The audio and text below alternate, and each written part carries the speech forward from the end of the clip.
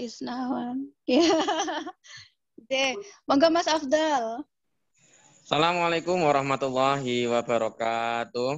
Waalaikumsalam warahmatullahi wabarakatuh. Waalaikumsalam Alhamdulillah warahmatullahi nahmaduhu wa wabarakatuh. nasta'inuhu wa nastaghfiruh wa na'udzu billahi min shururi anfusina wa min sayyiati a'malina may yahdihillahu fala mudilla lahu wa may yudlil fala hadiyalah. Asyhadu an la ilaha illallah wa asyhadu anna Muhammadan abduhu wa rasuluhu la nabiyya wa la rasula ba'du.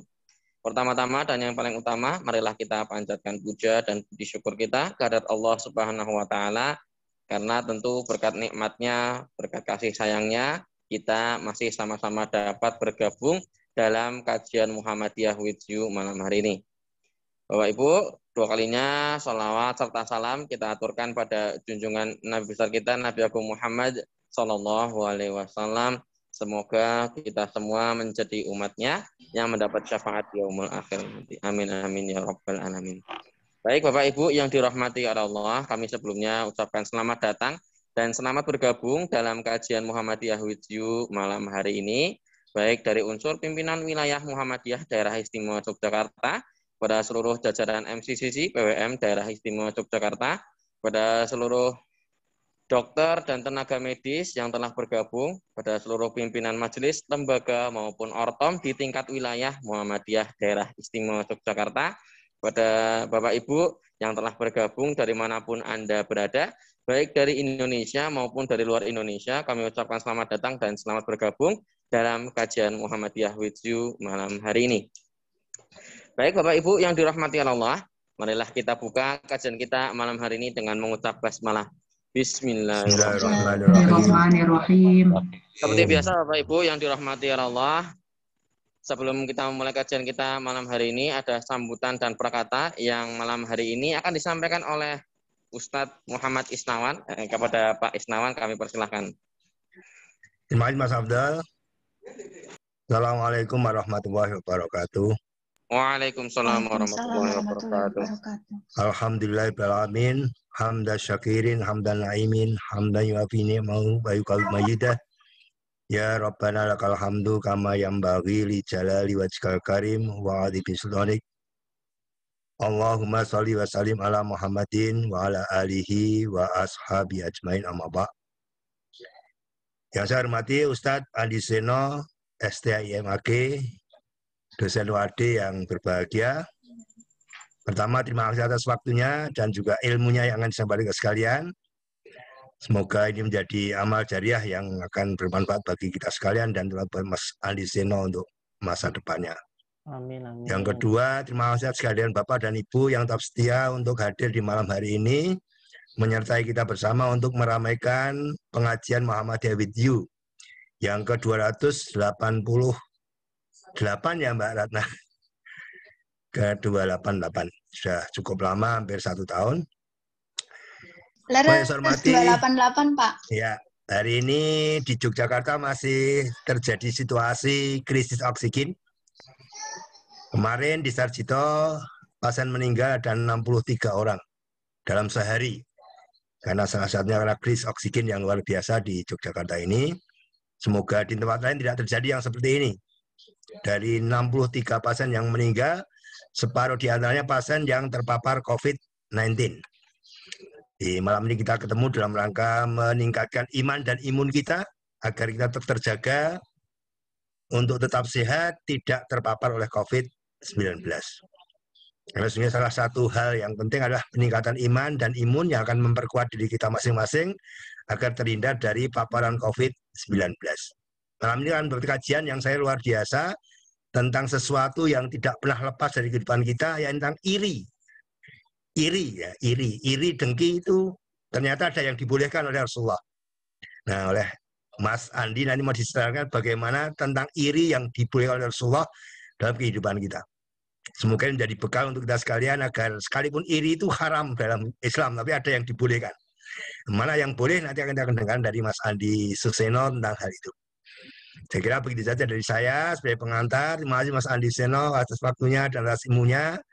Dan juga pada Bapak Ibu sekalian yang saya hormati, tetap setia bersama-sama kita setiap malam ketemu silaturahmi dalam rangka meningkatkan ilmu kita untuk peningkatan ibadah kita kepada Allah.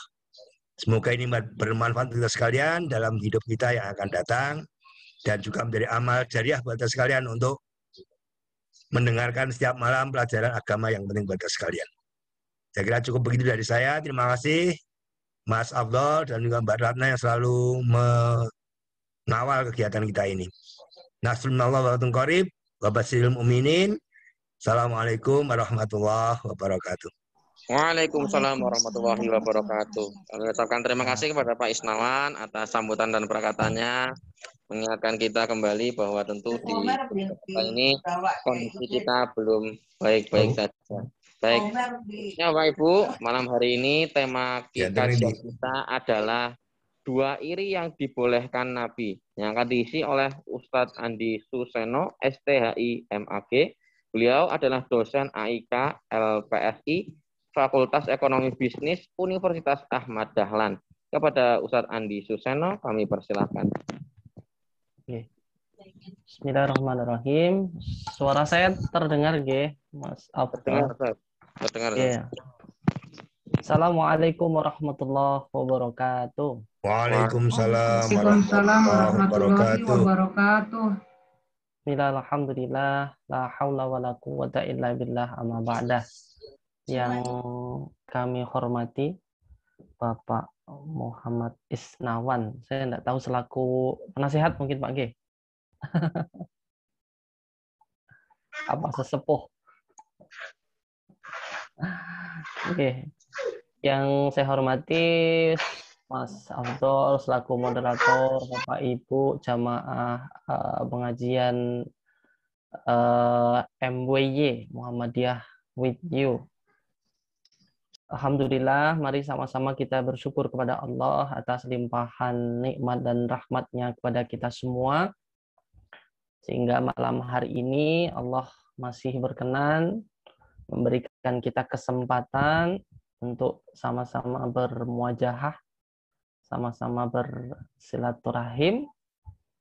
Ya, thalabul ilmi, semoga aktivitas kita malam hari ini mendatangkan ridho dan berkah dari Allah Subhanahu wa taala. Amin.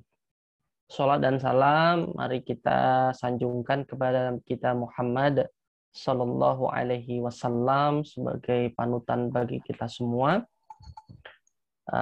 Mari sama-sama kita berusaha dan semoga Allah memberikan ketetapan hati pada kita untuk senantiasa istiqomah meneladani sunnah-sunnah beliau hingga akhir hayat kita. Amin ya rabbal alamin. Bapak Ibu yang dirahmati Allah Subhanahu wa taala, terima kasih sebelumnya diundang kembali untuk sharing. Kemarin dihubungi Pak Satria. Ini Pak Satria ada. Ada, beliau ada di sini, Pak Ustaz. Oke, ada dua Satria malam hari ini. Yang satunya dengan apa enggak Bu di panitia Ramadan biasanya. Oke, Bapak Ibu, mohon maaf sebelumnya, tentu saya tidak bermaksud untuk menggurui Bapak Ibu sekalian, karena kalau berbagi ilmu nanti saya khawatir kualat. Ini saya sadar betul, saya tahu tentu banyak yang lebih alim daripada saya. Untuk itu maka ya kesempatan ini ya izinkan saya sharing lah, barangkali nanti ada masukan, ada mungkin nasihat yang lebih baik, tentunya sama-sama kita dengarkan gitu ya. Yang jelas sama-sama malam hari ini satu niatan ya, sebagaimana sabda Nabi ya, majtama'a qaumun fi baitin min buyutillah illa haffathumul malaikah. Ini biasanya kalau pengajian itu diadakan di masjid. Ini karena kondisinya seperti ini tadi disampaikan Pak Isnawan, ini memang luar biasa ya. Saya kira akan segera berakhir begitu 2 minggu yang lalu COVID itu. Tapi kok malah meningkat lagi ini. Masya Allah ya, memang di luar, memang manusia itu ya begitulah. Dayanya itu ya memang nggak punya daya, la haula wala quwata illa billah. Kita barang yang kecil saja itu kita nggak bisa mengendalikan. Itu nyatanya seperti itu. Tapi meskipun kajian, pengajian, aktivitas majelis di masjid tidak bisa kita lakukan, paling tidak jangan sampai kemudian kita tinggalkan sama sekali. Insya Allah, Allah Maha Tahu, malaikat juga tidak kehilangan cara ya, sebagai utusan Allah untuk senantiasa meliputi, mendampingi para penuntut ilmu, ya, meskipun lewat Zoom. Nah, jadi barangkali ini ya, tapi akunnya ini kalau tadi Bu itu namanya kok nama HP-nya begitu ya. Ini malaikat juga nggak menampakkan akunnya malam hari ini. Karena sama-sama kita juga ada. Tapi insya Allah kita yakin malaikat sedang bersama kita dan akan tentunya akan memberikan ketenangan, mendoakan kita, memintakan ampun atas dosa yang kita lakukan. Nah, itu tentu tujuan utama bagi kita. Oke, Bapak Ibu, dirahmati Allah Subhanahu wa taala, pada kesempatan malam hari ini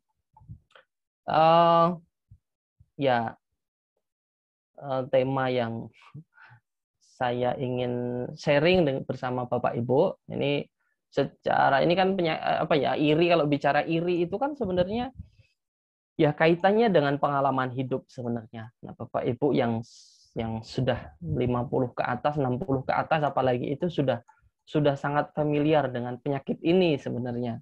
Ini kalau saya masih 30-an ya tidak sepaham Bapak Ibu, mungkin tidak sepengalaman Bapak Ibu. Gitu. Bapak Ibu dirahmati Allah, sebenarnya ya karena tema ini tentunya karena saya alumni ilmu hadis nggih.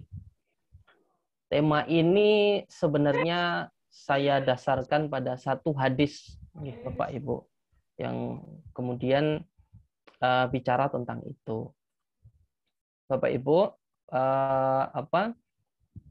bahwa Islam, agama kita, tentu kita yakini sebagai agama yang sempurna, agama yang paripurna, yang holistik, yang ajarannya itu meliputi seluruh aspek kehidupan kita. Gitu. Tidak hanya hal-hal yang besar yang berkenaan dengan ibadah, bagaimana menjaga hubungan kita dengan Allah, tapi juga bahkan bagaimana kemudian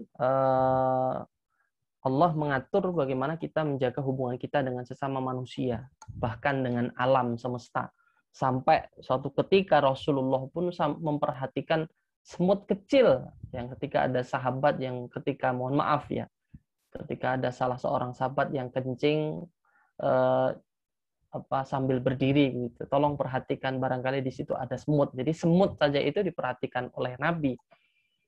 Gitu. Ini satu bukti tentunya, satu tanda bahwa memang inna dina indallahil Islam, agama yang diridhoi oleh Allah adalah agama Islam, dan tentu kita harus yakin seyakin-yakinnya bahwa inilah agama yang hak.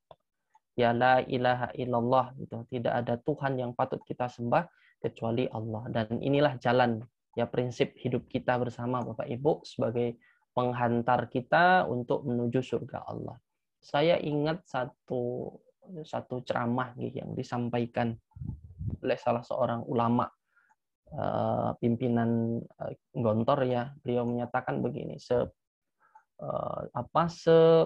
seburuk-buruknya ya, sejelek-jeleknya orang Islam itu masih punya kapling itu di surga. Sebaik-baiknya orang non-Islam itu tidak punya kapling di surga. Gitu. Nah, ini tentu menambah keyakinan kita bahwa ada janji besar ya, janji Allah yang sangat besar yang kemudian sama-sama kita nantikan, yaitu surga Allah. Bapak Ibu yang dirahmati Allah Subhanahu wa taala, jadi Islam sebagai agama yang sempurna, ajarannya meliputi seluruh aspek kehidupan, itu sangat memperhatikan kesehatan kita, ya, sangat memperhatikan kesehatan umat manusia, umat Islam khususnya. Gitu. Tidak hanya berkenaan dengan kesehatan fisik, tapi juga kesehatan ruhani. Jadi jasadnya juga bagaimana kemudian agar sehat, ya ruhaninya pun juga dijaga gitu agar tetap sehat. Tentu Bapak Ibu tidak asing di telinga kita bagaimana kemudian Nabi dalam hadis-hadisnya itu memberikan teladan kepada kita bagaimana kemudian menjaga kesehatan jasmani kita. Bapak Ibu, mungkin seringkali kita mendengar bagaimana bahwa berkuda, kemudian memanah, berenang itu bagian dari sunnah Nabi. Nah, itu bagian dari ajaran Nabi yang memerintahkan kita untuk senantiasa menjaga kesehatan gitu. Bahkan dalam hadis yang sahih juga beliau bersabda begini, al-mu'minul qawi khairun wa ahabbu minallah minal mu'minid dhaif. Bahwa mukmin yang kuat itu lebih baik dan lebih Allah cintai daripada mukmin yang lemah. Meskipun dari keduanya itu tentu ada kelebihan. Karena Bapak Ibu rahmati Allah bahwa sehat, sakit itu tentu bagian dari ujian, bagian dari kehidupan ini yang tidak bisa kita hindarkan. Bahwa hakikat kehidupan kita adalah ujian, ya bahwa sakit, sehat itu ya bagian dari ujian hidup itu. Nah, Bapak Ibu rahmati Allah, kalau jasmani kemudian Allah tuntunkan bagaimana menjaganya, Nabi menuntunkan bagaimana menjaga kesehatan dengan banyak olahraga, melakukan aktivitas-aktivitas yang menguatkan fisik, begitu ya. Ya macam-macam tentunya dalam konteks kehidupan kita saat ini, Bapak Ibu tidak harus berkuda. Kalau ibu-ibu yang sudah sepuh terus nanti bahwa sunnah Nabi itu berkuda, nanti yang ibu yang sudah sepuh nanti kalau berkuda ya bisa rontok tulangnya, Bapak Ibu. Ya tentu ya sesuai dengan kondisi, mungkin dengan jogging, sepedahan gitu atau lari-lari kecil dan seterusnya. Gitu. Atau berenang. Nah, itu yang jelas itu Allah tentukan. Juga kemudian dalam Al-Qur'an Allah juga menyinggung bagaimana manusia juga agar menjaga kesehatan melalui pola makan. Ya Yuhanna sukulu mimma fil ardi halalan thayyiba, yaitu makan yang halal. Ya, makan yang halal. Ya, banyak pengalaman saya kira yang kemudian membuktikan bahwa ternyata makan makanan yang halal itu tidak hanya bahwa itu halal gitu ya. Bahwa itu halal Allah sukai, tapi juga menyehatkan tentunya. Meskipun yang halal itu juga kemudian khususkan lagi yang thayyib juga gitu. Artinya tidak sebatas halal terus diembat gitu. Tapi ya harus thayyib juga, thayyib yang sesuai dengan kebutuhan fisik kita gitu. Nah, Bapak Ibu rahmati Allah. Nah, itu hal-hal yang berkenaan bagaimana kemudian menjaga kesehatan jasmani kita, mata, kemudian pendengaran, mungkin perut kita. Beberapa waktu yang lalu Allah mensyariatkan agar kita melakukan aktivitas puasa. Nah, puasa itu tentunya kita pahami juga tidak hanya terbatas sebagai bulan sebagai sebuah kewajiban. Nah, tentu Bapak Ibu yang dari medis, dari kedokteran ya saya kira pahamlah bahwa ternyata orang yang senang berpuasa itu ternyata lebih ya menyehatkan begitu. Dan kalau saya amati Bapak Ibu, kalau saya amati ya, meskipun usia itu tentu kuasa Allah gitu ya. Kuasa innal mautal ladzi tafirruna minhu fa innahu mulaqikum. Artinya bahwa ya kematian itu Allah ya atas ketetapan Allah. Tapi tentu ketetapan Allah atau takdir Allah itu juga ada prosentase yang kemudian diberikan kepada kita sebagai sebuah pilihan gitu. Dan kalau kita pasrah ya misalnya kondisi seperti ini terus kita pasrah nggak sesuai protokol ya habis dihabisi sama virus gitu ya. Artinya bahwa takdir itu ya, tapi takdir itu juga sebagaimana pemahaman para ulama, itu takdir juga bisa dipengaruhi oleh usaha kita. Kalau saya menyimpulkan bahwa takdir itu ya bisa melalui upaya kita, bisa juga berdasarkan upaya orang lain, doa kita dan doa orang lain begitu. kadang kita sudah sesuai protokol, tapi ada orang-orang di sekitar kita yang nggak sesuai, kan kita bisa kena juga gitu. Artinya kita sudah berusaha, orang lain kita sudah hati-hati di jalan, tapi ada orang lain yang nggak hati-hati, kita bisa ketabrak juga. Itu makanya tadi bisa upaya kita, bisa karena jadi putusan Allah, takdir itu terjadi pada kita itu juga karena bisa jadi karena usaha orang lain gitu. Takdir juga bisa berubah karena doa kita maupun doa orang lain. Kadang kita nggak berusaha, nggak berdoa, tapi kok terjadi juga itu hal-hal yang mungkin baik. Gitu. Bisa jadi karena doa orang lain, orang tua kita, bahkan mungkin ustadz-ustadz kita, guru-guru kita, atau bahkan mungkin orang yang secara tanpa sengaja kita tolong mendoakan kita, dan Allah izinkan doa orang tersebut yang kita nggak tahu siapa, yang kita hanya menolong hal-hal yang sederhana ternyata terkabul gitu doa. Nah, itu diantaranya Bapak Ibu dan Allah. Nah, Islam ya Allah dan Rasulullah itu tidak hanya juga menganjurkan pada kita untuk menjaga kesehatan jasmani fisik kita gitu.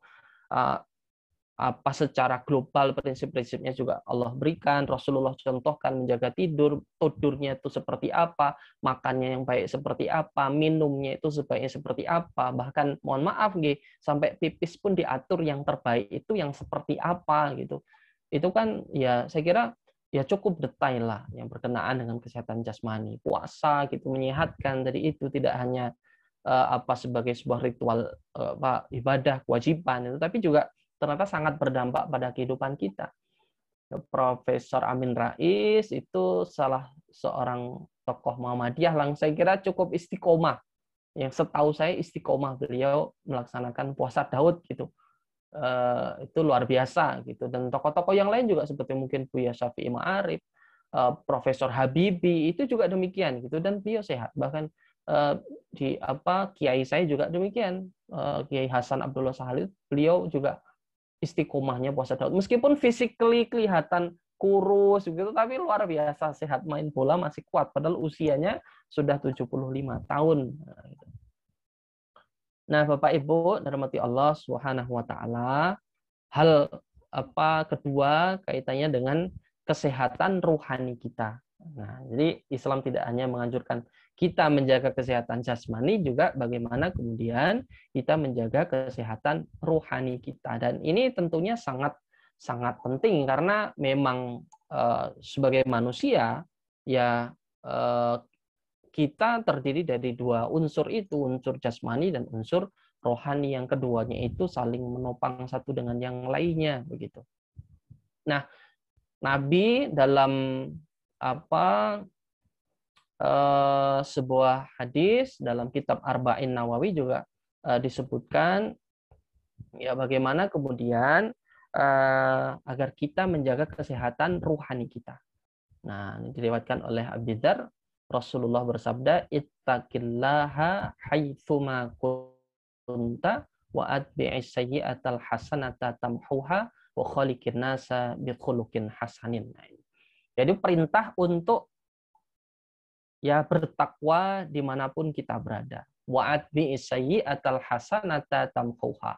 Bapak Ibu sudah karena ini memang juga dalam hadis juga disebutkan sudah merupakan fitrah manusia itu di dalam, karena manusia sendiri kan al-insan ya berasal dari kata nasya yansa, yang ada sifat lupa. Al-insan mahalul khata' wan nisyan. Kullu bani Adam khata'un. Setiap anak Adam itu pasti berbuat salah. Maka Nabi juga mengimbangi ya, karena paham betul bahwa manusia itu memang ya begitulah karakternya, itu kadang lupa gitu, kadang condong pada hal-hal yang negatif, pada yang positif. Maka Nabi juga memberikan solusi. Solusinya apa? Bertakwalah dimanapun kalian berada. Wa'at bi'isayyi'atal hasanata tamhuha. Meskipun itu ya kita sering lupa begitu, kadang buat salah, kadang ya ngomongin orang lain, kadang khilaf bahkan kepada mungkin keluarga kita, istri, anak kita, tanpa sadar juga kepada sahabat kita. Bahkan kadang kita seperti merasa kita sudah baik begitu, padahal sahabat-sahabat kita bukan merasa kita baik. Jangan-jangan sahabat-sahabat kita, keluarga kita, jangan-jangan menahan diri untuk Jangan-jangan mereka yang bersabar, bukan kita yang bersabar, bukan kita yang baik, tapi mereka yang bersabar kepada kita. Kan kita nggak tahu juga, nggak tahu. Saya kira nggak ada yang tahu juga. Jangan-jangan apa orang-orang yang di bawah mungkin apa kepemimpinan kita, mungkin arahan kita seperti taat-taat saja gitu. Bukan karena kita benar, jangan-jangan karena mereka itu bersabar, ya khawatir kemudian menyinggung atau tidak berani dan seterusnya. Nah, karena kenyataan ya fakta bahwa kadang kita berbuat salah, itulah kemudian maka hendaknya wa'atbi sayyi'atal hasanata tamhuha. Setiap muslim tentunya harus punya kesadaran bahwa dia pasti pernah berbuat salah dan ya begitulah kehidupannya sehari-hari. Kalau merasa selalu benar itu ya luar biasa, naudzubillahi min dzalik itu tentu itu satu pertanda bahwa ada yang salah dalam dirinya gitu. Ya, mengikuti setiap perbuatan buruk yang dilakukan. Ya, meskipun kadang juga merasa tidak berbuat salah itu dengan perbuatan baik. Jadi spirit ya kan kalau orang beriman itu kan tingkatannya kan berbeda-beda nih Bapak Ibu. Berbeda-beda begitu. Ada yang level ibadahnya itu niatnya untuk mencari ridha Allah. Dia sudah tidak peduli lagi surga neraka begitu. Intinya taat saja kepada Allah gitu. Surga neraka itu urusan Allah gitu. Itu ada yang seperti itu. Tapi ada juga yang ya beribadah mungkin seperti saya ini beribadahnya ya karena ada pahala maka saya beribadah, ada neraka maka saya beribadah. Ya ibadahnya hanya karena takut kepada Allah. Tapi ya itu memang ya manusia ya berproses gitu. Tidak ada yang tiba-tiba menjadi sangat baik sekali gitu enggak. Ya, mesti ada kurangnya. Nah, Bapak Ibu yang dirahmati Allah Subhanahu wa taala, itu tadi kalau jasmani itu dengan olahraga, makan, tidur yang sehat dan seterusnya, maka kesehatan ruhani itu dengan memperbanyak ibadah. Ya, memperbanyak ibadah. Jadi konsep taubat itu kan sebenarnya bukan ya konsep dakwah, mungkin ya bisa konsep taubat, mungkin konsep memperbaiki diri atau islah gitu ya. Itu bukan ya meskipun bisa tapi saya kira juga tidak mudah begitu. Ya, konsepnya itu mengganti perbuatan buruk dengan perbuatan baik. Ya, lama-lama yang perbuatan baik itu akan menutupi perbuatan buruk, yang lama-lama perbuatan buruk itu akan hilang. Jadi kalau tiba-tiba perbuatan buruk dihilangkan tak langsung dirubah sama sekali, ya tentu ya ada yang kemudian kuasa atas itu, tentunya atas izin Allah Subhanahu wa taala. Tapi rata-rata dari kita tentu tidak semudah itu, apalagi sudah menjadi kebiasaan gitu ya. Misalnya watak kita yang mungkin kadang tidak baik, mungkin itu tentu tidak mudah untuk menghilangkan, butuh proses. Nah, proses itu yang harus dilalui adalah dengan menggeser ya, menghapus keburukan-keburukan tersebut dengan menimpanya dengan perbuatan baik. Itu. Maka para ulama kemudian memberi kesimpulan begini, ciri orang yang ibadahnya diterima oleh Allah itu ya orang yang selesai beribadah dia kemudian sudah berpikir untuk beribadah di waktu yang akan datang gitu. Jadi ciri orang yang sholat duhurnya diterima, dia rindu untuk melaksanakan sholat asar gitu. Dia baru selesai sholat duhur, dia sudah berpikir sholat asar gitu ya. Dia sudah bersiap-siap untuk itu. Nah, sederhana ciri orang yang ibadahnya itu tidak memberi dampak ya, tidak diterima gitu. Ya, dia selesai melaksanakan ibadah itu seperti orang yang terbebani, alhamdulillah. Tapi alhamdulillah itu seperti orang yang baru lepas dari penjara gitu. Nah, tapi saya kira hal ini tidak terjadi ya pada kita, ya mungkin terjadi pada saya. Kalau Bapak Ibu mungkin karena sudah sangat senior gitu ya dalam hal ibadah, dalam hal pengalaman, sehingga ya ibadahnya itu sudah lillah gitu, yang sudah tidak ada beban sama sekali.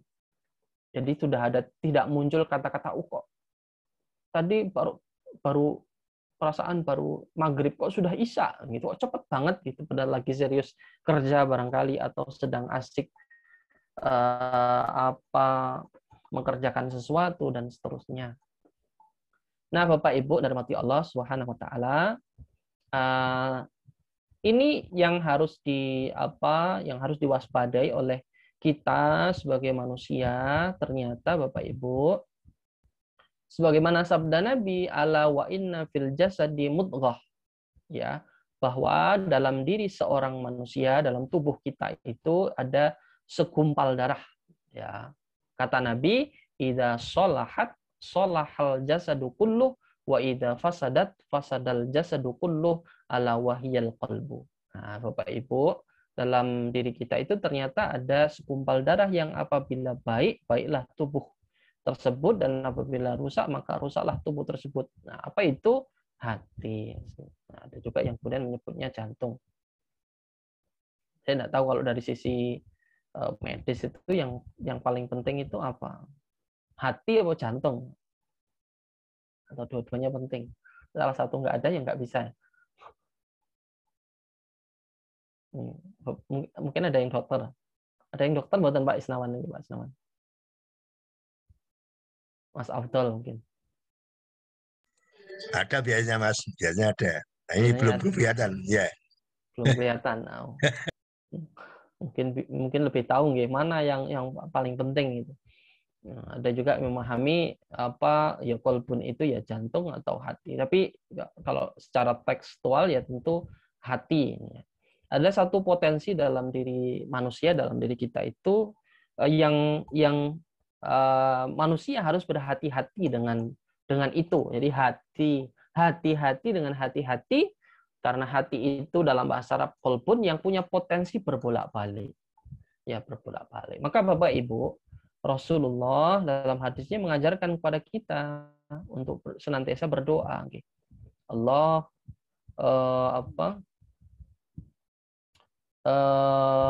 ya muqallibal qulub tsabbit qalbi 'ala din. Jadi karena potensi hati yang dari namanya saja itu punya potensi yang bolak-balik, yang kadang positif, kadang negatif begitu, maka kemudian Rasulullah yang diriwayatkan oleh sahabat Anas bahwa Rasulullah itu sering membaca, ya, memperbanyak baca ya muqallibal qulub tsabbit qalbi 'ala dinik, ya Allah tetapkanlah hatiku, ya teguhkanlah hatiku berada di atas agamamu. Artinya dalam ajaran Allah dan Rasulullah SAW. Itu Nabi, Bapak Ibu.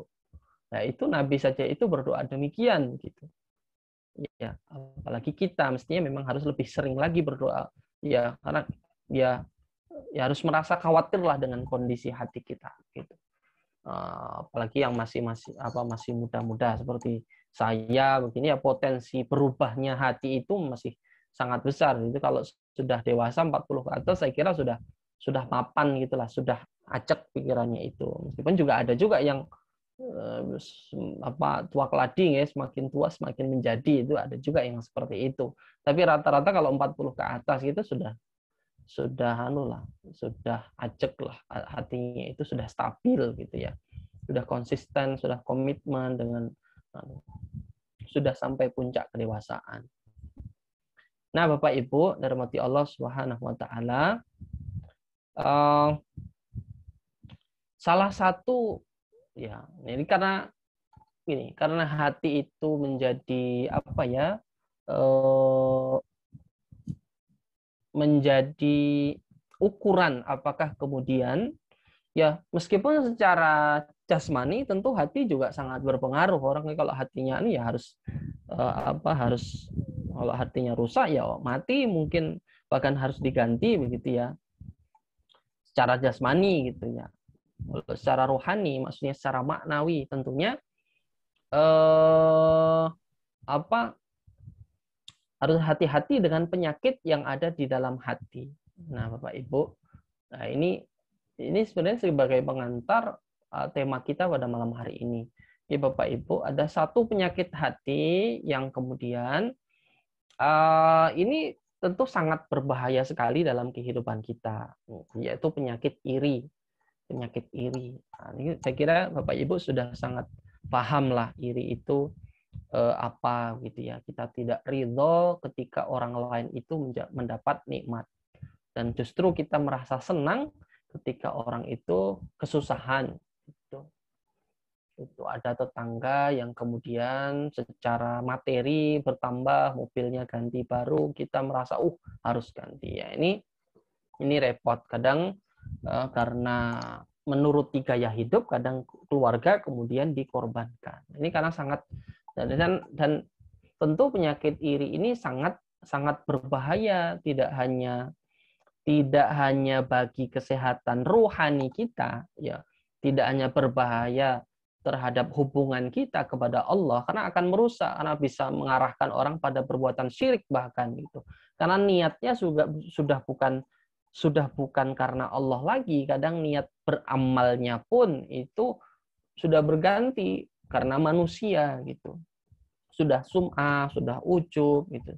Ada takaburnya nanti itu. Nah, itu kan bahkan kalau kemudian iri yang mengarahkan pada perbuatan takabur, kemudian merasa dirinya lebih baik daripada orang lain, itu harus hati-hati dengan ancaman Nabi sebagaimana dalam hadisnya, ya, maka Nabi qalbihi dzarrah min kibrin, ya, dakhalan nar. Siapa yang di dalamnya hatinya itu ada satu kesombongan meskipun kecil sekali, maka diancam akan masuk neraka. Gitu.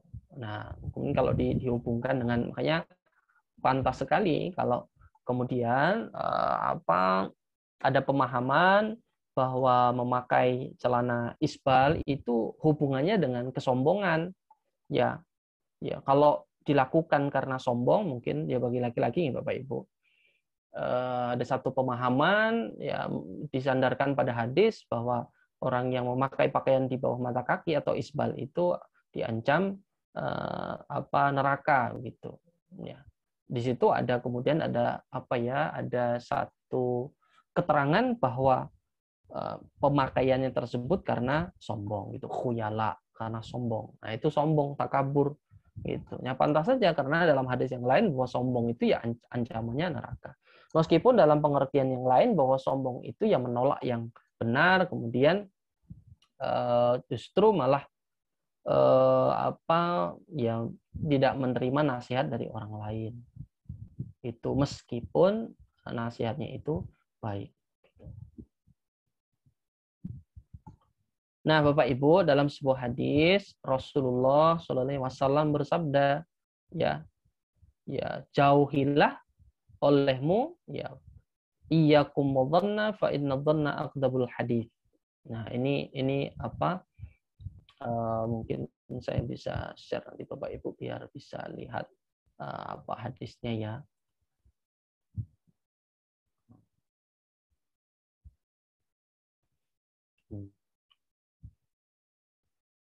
Ya, ini yang diriwayatkan oleh Abu Hurairah bahwa Rasulullah itu mengingatkan agar kita menjauhi, menghindari perbuatan iri.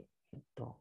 Kalau kok ada iri, ada perasaan senang ketika sahabat kita itu kesusahan, itu artinya ada penyakit, ada noda dalam hati kita. Nih Bapak Ibu. Nah Bapak Ibu, ini sampai pada tema.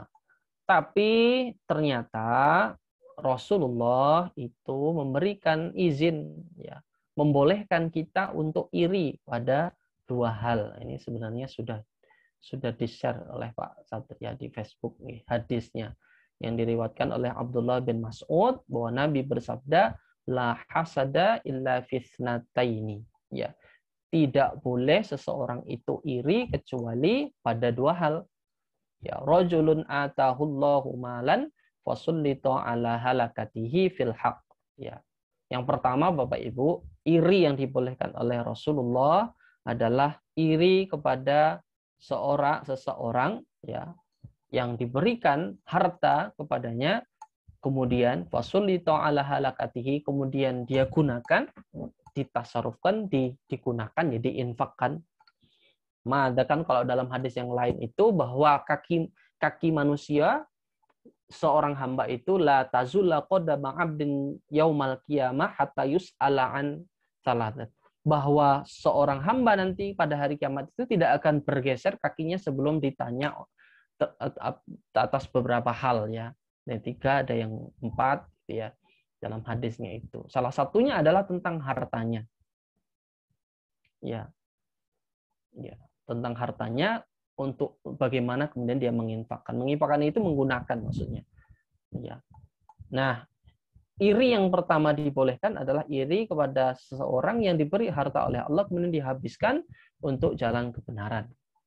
Nah, Bapak Ibu, rahmati Allah Subhanahu wa taala, saya coba telusuri dalam ya kalau memahami hadis ya mungkin secara teks mungkin kita bisa memahami begitu bahwa iri yang dibolehkan adalah iri kepada seseorang yang kemudian diberikan harta yang berlebih dia gunakan di jalan kebenaran. Tentu kita butuh penjelasan di jalan kebenaran itu seperti apa. Maka saya coba buka syarahnya dalam syarah Ibnu Battal ya syarah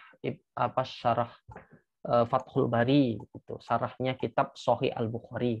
Kitab Sahih Al-Bukhari itu kitab hadis yang oleh para ulama itu ditetapkan ya diyakini sebagai kitab yang paling benar, yang paling baik setelah Al-Qur'an. Gitu. Karena motivasi penyusunnya, penulisnya itu mengumpulkan hadis-hadis yang sahih. Maka Bapak Ibu kan dalam mindset, dalam pemahaman kita, hadis yang sahih itu hadis siapa? Hadis riwayat Bukhari. Yang kedua kemudian riwayat Muslim. Karena Imam Bukhari sebagai penulis kitab Sahih Al-Bukhari itu oleh para ulama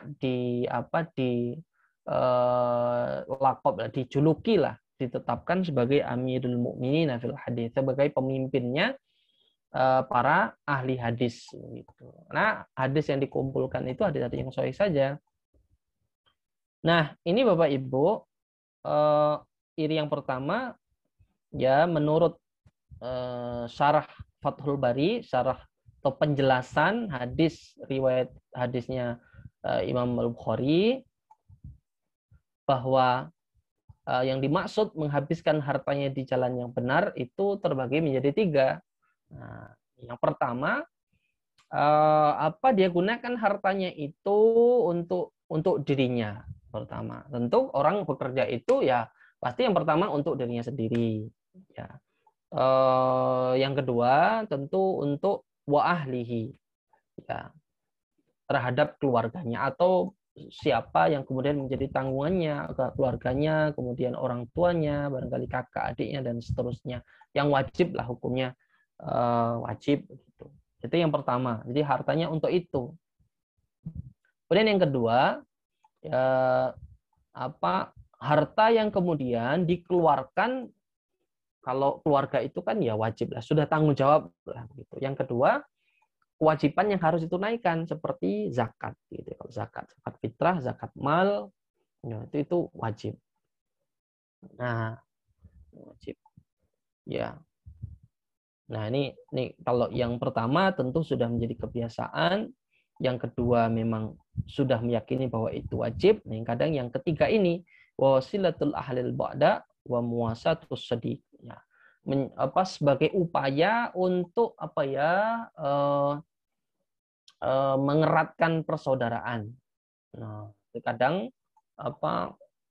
salah satu kewajiban seorang anak ketika orang tuanya meninggal itu kan dia harus menyambung silaturahim. Temannya bahkan tidak hanya karib kerabat orang tuanya, bahkan temannya orang tuanya pun dia punya kewajiban untuk kalau ingin berbakti begitu ya. Nah, itu kemudian yang lainnya juga digunakan untuk sedekah dan untuk kepentingan umat ya. Ya. Yang kemudian Allah dan Rasulullah SAW menjanjikan dengan pahala. Nah, Bapak Ibu, dirahmati Allah Subhanahu wa taala. Ini kalau kemudian ya kita hubungkan dengan hadis yang lain bahwa Nabi itu pernah bersabda begini. As-sa'i 'alal armalah wal miskin kal mujahid fi sabilillah. Orang yang as-sa'i 'alal armal, yang berusaha ya mengangkat derajat, meringankan beban ya para janda dan orang-orang miskin, maka dia seperti orang yang berjihad di jalan Allah Subhanahu wa taala. Nah, ini pantas saja kemudian Bapak Ibu kalau golongan pertama yang Rasulullah izinkan atau bolehkan untuk iri itu pada mereka yang diberikan titipi harta yang banyak oleh Allah, kemudian diinfakkan di jalan yang benar. Karena ternyata kalau kita coba renungkan, ternyata memang harta itu juga meskipun bukan sebagai tujuan tentunya dalam hidup kita, gitu, Bapak Ibu. Mestinya sebagai seorang Muslim, prinsip yang harus kita pegangi tentu bahwa harta itu bukan tujuan, harta itu sebagai alat, gitu. Tapi alat itu menjadi sesuatu yang penting, gitu, bahkan sesuatu yang wajib itu tidak bisa tercapai kecuali dengan alat itu. Kita tidak bisa menunaikan haji kalau alatnya itu tidak ada, ya harta, kemampuan harta, gitu. Kadang kita tidak bisa membantu orang lain kalau harta itu juga tidak tersedia, gitu. Maka ya bisa dikatakan kalau ma la yatimu bihi ya ma la yatimu syai'un illa bihi fa wajib. Maka dalam kaidah usul juga sesuatu yang tidak sempurna karenanya, maka sesuatu itu menjadi wajib untuk meskipun ini tentunya dalam pemahaman yang lebih luas itu bahwa harta itu bukan tujuan, itu harta itu sebagai alat saja, gitu. Ya.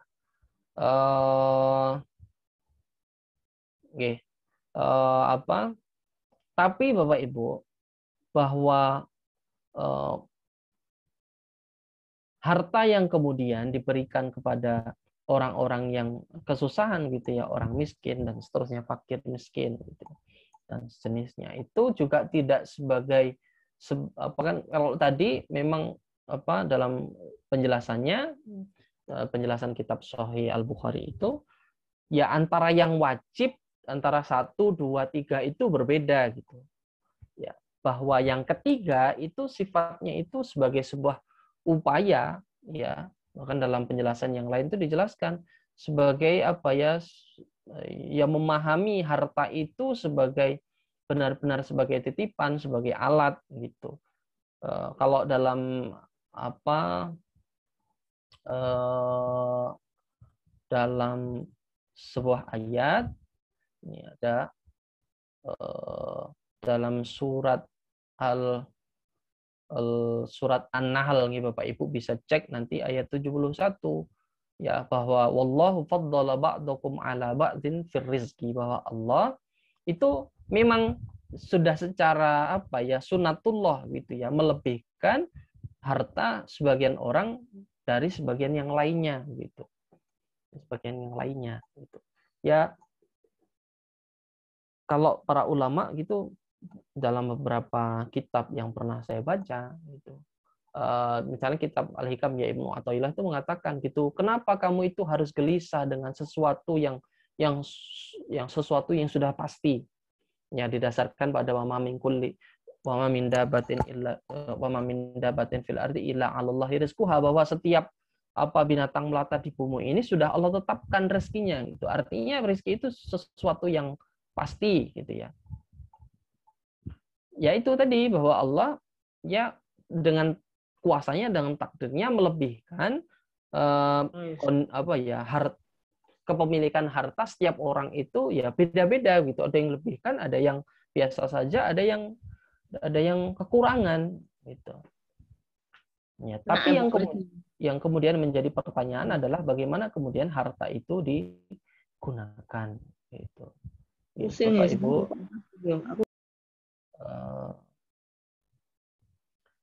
Bapak Ibu dirahmati Allah Subhanahu wa taala.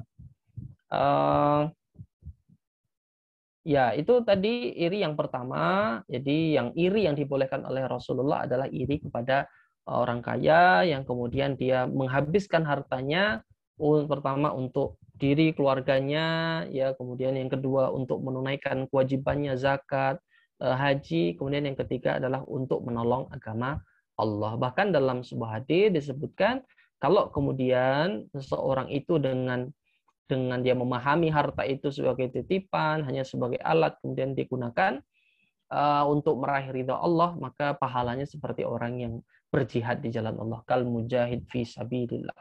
Maka Bapak Ibu tidak heran kemudian kita dapati bagaimana kisah-kisah para sahabat yang mereka itu saling berlomba ketika mensedekahkan hartanya. Kita ingat bagaimana kisah Umar yang merasa iri. Nah, Umar berdasarkan hadis ini kemudian dia merasa iri dengan sedekah yang diberikan oleh Abu Bakar. Sehingga satu kesempatan dia punya kesempatan untuk mensedekahkan hartanya. Ketika Abu Bakar tidak ada, dia sedekahkan. Tapi ternyata Abu Bakar akhirnya mendengar, sahabat Abu Bakar mendengar bagaimana Umar mensedekahkan hartanya yang tidak sampai habis ya, setengah atau barangkali 3/4. Dan luar biasanya Abu Bakar menghabiskan hartanya untuk disedekahkan di jalan Allah. Nah, itu luar biasa. Itu karena ada fastabiqul khairat, ada saling berlomba di situ, ada saling iri dalam kebaikan, tidak mau tersaingi. Ya, kadang kala yang kemudian menjadi iri dalam diri kita itu merasa tersaingi itu dalam urusan-urusan duniawi, bagaimana kedudukan anak kita, bagaimana kondisi ekonomi anak kita. Tapi kadang kita tidak pernah merasa resah ketika tidak merasa iri ketika ada mungkin orang lain yang mungkin secara agama lebih paham, secara amalia mungkin lebih baik, secara ibadah itu lebih rajin. Kadang biasa saja gitu. Kadang-kala seperti itu. Justru hal-hal yang berkenaan dengan duniawi, kadang kita malah merasa iri. Kemudian yang kedua, iri yang dibolehkan adalah warajulun atahullahul hikmah bahwa yaqdi biha wa yu'allimuha. Orang yang diberi ilmu. Meskipun dalam hadis yang lain juga orang yang diberi Al-Qur'an. Artinya dia menghafal Al-Qur'an wa yaqra'u ana al-laili wan nahar. Kemudian dia membacanya setiap hari, pagi, sore, malam gitu dia baca Al-Qur'an itu dan dia juga mengamalkannya. Nah, tapi yang saya kutip hadis yang berbunyi tentang hikmah. Nah, hikmah ini difahami yaitu sebagai ilmu yang bermanfaat untuk kehidupan. Karena kehidupan dunia itu tentu realitas yang tidak bisa, karena memang kita hidup di dunia gitu. Ya, sebagai sebagai karunia yang Allah berikan, tentu tidak lupa bahwa kehidupan ini adalah amanah gitu. Amanah yang harus dijalankan dengan baik sebagai sebagai khalifah yang kelak di kemudian hari akan dimintai pertanggungjawaban. Nah, Bapak Ibu dari rahmati Allah, jadi itu tadi dua iri yang dibolehkan oleh Nabi. Yang pertama kepada mereka yang diberikan kelebihan harta oleh Allah, kemudian dia berjuang, dia menggunakan harta itu difahami sebagai titipan, sebagai alat untuk meraih ridha Allah, bahkan tidak segan untuk menghabiskan hartanya. Nah, tentu dalam konteks kehidupan kita ini tentu tidak mudah. Gitu. Meskipun juga ada orang-orang yang sedemikian rupa, yang masih seperti Kiai Haji Ahmad Dahlan, tentu juga masih ada gitu orang yang dengan ikhlas menghabiskan hartanya untuk kepentingan umat. Itu saya kira juga masih ada. Kalaupun kemudian hal itu belum kita lakukan, tentu ini sebagai nasihat bagi diri saya pribadi, harus ada keinginan untuk ke arah situ. Kalau ada mohon maaf nih, ada misalnya ada Ria Ricis yang dia sampai punya pesantren tahfidz, ya dia rela memberikan sebagian hartanya untuk kepentingan umat, tentu kita juga harus punya keinginan seperti itu. Gitu. Meskipun belum tentu juga hal itu tercapai, tapi paling tidak ada peran kita. Nah, sebagaimana hal ini juga pernah dicontohkan oleh Kiai Ahmad Dahlan, ya bahkan sampai harus berbulan-bulan mengajarkan surat Al-Ma'un demi agar Al-Ma'un itu benar-benar diamalkan oleh murid-muridnya. Jadi pemahaman oleh Kiai Dahlan bahwa ya yang memahami Al-Ma'un itu bukan sekedar bisa membaca, memahami tafsirnya, tapi mereka yang bisa kemudian mengamalkan esensi dari surat Al-Ma'un tersebut. Ya Bapak Ibu dari rahmati Allah Subhanahu wa taala, barangkali itu sedikit pemaparan dari saya. Mohon maaf barangkali ada kekurangan. Selanjutnya barangkali ada mungkin sharing dari Bapak Ibu, ada tambahan. Selanjutnya saya kembalikan kepada Mas Afdol sebagai moderator. Terima kasih. Monggo Mas Afdol. Baik, Kami ucapkan terima kasih kepada Ustadz Andi Suseno atas pemaparan materinya, tentu memberikan kita pencerahan baru dan tentu juga ada ilmu baru yang kita dapatkan Ustadz, menambah hasanah keilmuan kita sehingga kita bisa bertambah kaya lagi ilmunya. Baik Bapak Ibu yang dirahmati Allah.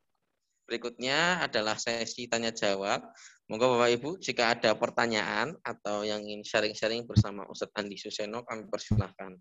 Bisa langsung menyalakan mikrofon atau dengan langsung menuliskan pertanyaannya di kolom komentar atau di kolom chat Bapak Ibu. Kami persilahkan jika ada pertanyaan. Ibu Tri? Ya, terima kasih. Assalamualaikum warahmatullahi wabarakatuh. Waalaikumsalam warahmatullahi wabarakatuh. Pada Bapak Andi, saya itu kadang juga takut dengan apa niat saya itu salah apa tidak gitu ya. Misalnya saya itu kadang pas kondisi seperti ini ada COVID di sekitar tetangga itu banyak. Kebetulan saya pernah juga terkena COVID juga, anak cucu juga kena. Nah, tapi dalam kondisi ini itu kadang itu saya tuh berpikir, kasihan orang itu, kasihan. Nah, itu dan kemudian saya membagikan ya sesuatu lah untuk menolong mereka yang berdampak itu. Ya walaupun kondisi saya sebenarnya juga sama, baru keluarga saya baru terdampak COVID. Cuman kok saya itu juga melihat orang lain yang seperti itu kasihan, tapi niat saya itu bukan niat saya ini niatnya cuman kasihan dia untuk nggak ada yang ngirimi, terus walaupun hanya seberapa saya kirim gitu. Itu satu pertama. Kemudian waktu saya sholat itu kalau berdoa itu ya Allah terimalah amal sedekah hamba sebagai wasilah untuk kesembuhan saya, kesembuhan anak-anak saya, cucu saya. Nah ini apakah niat saya ini dengan apa yang saya berikan ini salah enggak ya Ustadz? Maaf, apakah itu niat yang yang dikatakan bagaimana ya? Jadi kadang-kadang saya berpikir kok setelah saya sholat itu kok minta bahwa diterima sedekah saya sebagai wasilah untuk ini, tapi pada saat saya memberi itu belum terlintas seperti itu, ya hanya ingin membagikan gitu. Ya itu aja Ustadz, terima kasih. Bapak Ibu, ini pertanyaannya luar biasa nih ya, Bu Tri, itu kalau dalam ilmu hadis itu disebut dengan living hadis yang hidup sebenarnya. Nah Ibu Tri mungkin bisa jadi saya tidak tahu apakah empati yang keluar, perasaan kasihan itu karena sebagai manusia biasa atau karena memahami hadis. Tapi kalau saya memahami sebagai wujud, bahkan wujud mengamalkan hadis itu Ibu Tri. Karena dalam hadis itu Rasulullah bersabda begini, al-mu'minu kal mu'min yasuddu ba'duhum ba'du. Mukmin yang satu itu harus menguatkan mukmin yang lainnya gitu. Al-mu'minu kal bunyan, seperti satu bangunan, yasuddu ba'duhum ba'du, seperti satu bangunan. Bahkan idastaka minhu udwun tada'alahu sairul jasad. Bahkan kalau ada saudaranya yang kemudian kesakitan, dia juga merasa sakit meskipun dia sendiri sedang sakit gitu. Itu ajaran Nabi itu demikian, harusnya idealnya seorang muslim mukmin itu harusnya seperti itu, Bu. Meskipun dalam kondisi susah juga, karena kita juga enggak kadang juga ada orang susah tapi dia sedih kasihan ketika orang lain susah padahal dia juga sedang susah. Nah itu saya kira ini satu tapi ya sambil semoga ini itu rezeki Bu Tri, itu rezeki yang Allah. Jadi kesadaran diri, empati yang keluar dalam diri kita, perasaan kasihan itu sebenarnya rezeki, nggak semua orang punya gitu, nggak semua orang punya. Apalagi kok sampai menggerakkan tangan kemudian memberi, baru perasaan kasihan saja itu sudah rezeki. sampai nggerakkan tangan ngasih, itu rezeki lagi itu sebenarnya. Yang barangkali menurut sebagian orang mungkin ya itu nanti harta berkurang, kamu aja sedang susah. Bisa jadi orang berpikir seperti itu, tapi insya Allah itu rezeki yang mahal gitu di hadapan Allah. Terus bagaimana kalau kita sedekah terus niatnya harapannya sebagai tolak balak gitu. Ya itu juga pernah bahkan diabadikan gitu. Kisah di mana dalam surat Al-Kahfi ya kalau tidak salah itu orang yang kemudian terpenjara di dalam gua, dia nggak bisa keluar gitu. Akhirnya berdoanya dengan itu, bahwa saya sudah melakukan kebaikan ini, saya sudah berbakti kepada orang tua, saya menjaga diri dari perbuatan zina gitu. Tolong ya Allah saya dibantu dengan itu. Nah itu dalam kajian akidah itu namanya tawasul bil amal. Ya kita berwasilah, jadi minta sesuatu kepada Allah dengan wasilah amalan kita. Amalan itu dalam bentuk sedekah. Jadi boleh saja. Misalnya panjenengan Bu Tri sedekah gitu, ya Allah saya ngasih sedekah. Niatnya semoga anak saya, cucu saya dijauhkan dari penyakit, semoga cucu saya pintar. Itu boleh itu akan disyariatkan. Ya, saya kadang takut itu Ustaz.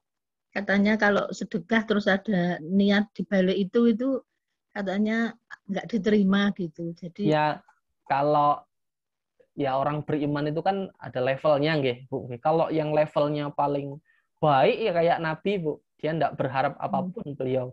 Sedekah ya sedekah. Tapi ya saya ya mungkin ya masih begitu, Bu. Dan Allah pun mengizinkan, Nabi pun juga mengizinkan. Ya, Nabi mengizinkan. Ya yang terbaik tentu enggak berharap itu. Tapi wong Rasul juga mengizinkan ya. Ya kenapa tidak gitu. Allah suka kalau kita itu meminta. Ya wa idza sa'alaka ibadi anni fa inni qarib. Allah itu bahkan suka kalau kita itu meminta. Yang penting memintanya itu tidak kepada misalnya orang yang di dalam kubur gitu atau orang yang sudah mati, ya itu yang tidak boleh yang seperti itu. Jadi kepada jin itu tidak boleh. Tawasulnya yang salah. Ngoten nggih, Bu Tri Wahyuni. Terima kasih Ustaz. Sami-sami Bu. Wassalamualaikum. Waalaikumsalam. Cekap nggih Bu, apakah masih ada pertanyaan? Cekap, matur nuwun. Nggih. Baik, Bapak Ibu yang lain jika masih ada pertanyaan, satu pertanyaan terakhir mungkin.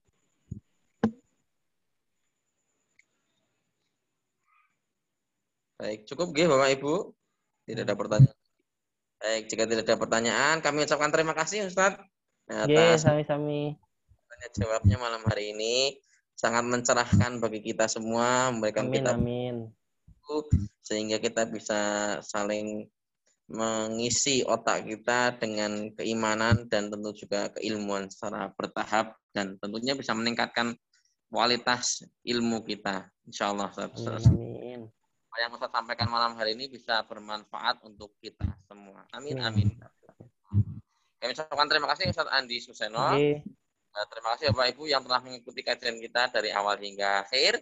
Marilah kita akhiri kajian kita malam hari ini dengan mengucap hamdalah. Alhamdulillahirobbilalamin.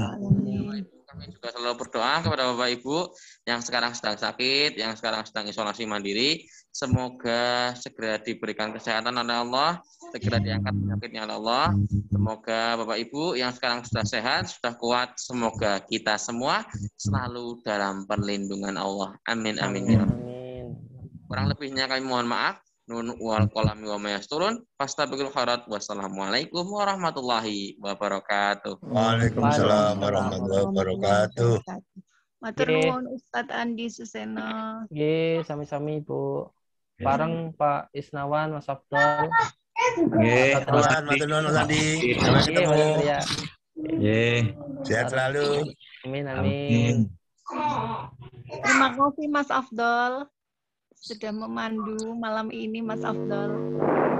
Matur nuwun.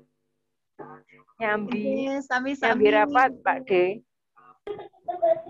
Nawan, nyambi Apa rapat dia? Pak D. Uria. Apa tahu? Nyambi rapat lazismu. Oh, apa? Dari sini DJ. Iya, Oh, penggalangan dana. untuk apa? Iki kalih Pak Gita, Mas Ayib, Gua tahu. Mas Alba. Aku orang ngerti aku. Oh, Alba. Nggih. Ya, Nggih. salam ya, salam. Nggih, Assalamualaikum. Salam. Waalaikumsalam warahmatullahi wabarakatuh. Tasih wonten diskusi Pak Isnawan, Bapak Ibu sekalian. Juga Mbak Nita. Sampai Oh, ketemu siap. besok. Ye. Oke, matur nuwun Pak Monggo, ye, Isnawan, sami-sami. Bapak Ibu sekalian, mohon izin ditutup nggih. Monggo, ye. Assalamualaikum warahmatullahi Waalaikumsalam. wabarakatuh.